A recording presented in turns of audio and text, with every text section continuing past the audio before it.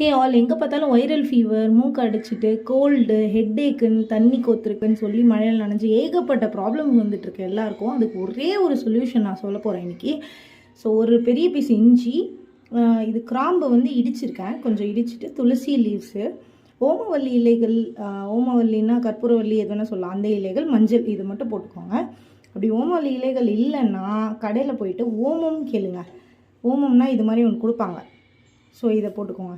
இதில் வந்து தண்ணி ஊற்றிட்டு ஃபுல்லாக நிறைய வாட்டர் ஊற்றிக்கோங்க. வாட்டர் ஊற்றிட்டு ஹீட் பண்ணிவிட்டு இந்த வாட்டரே வந்து தண்ணி குடிக்கிறதுக்கு பதிலாக இந்த வாட்டர் மட்டுமே எடுத்துக்கிட்டிங்க அப்படின்னா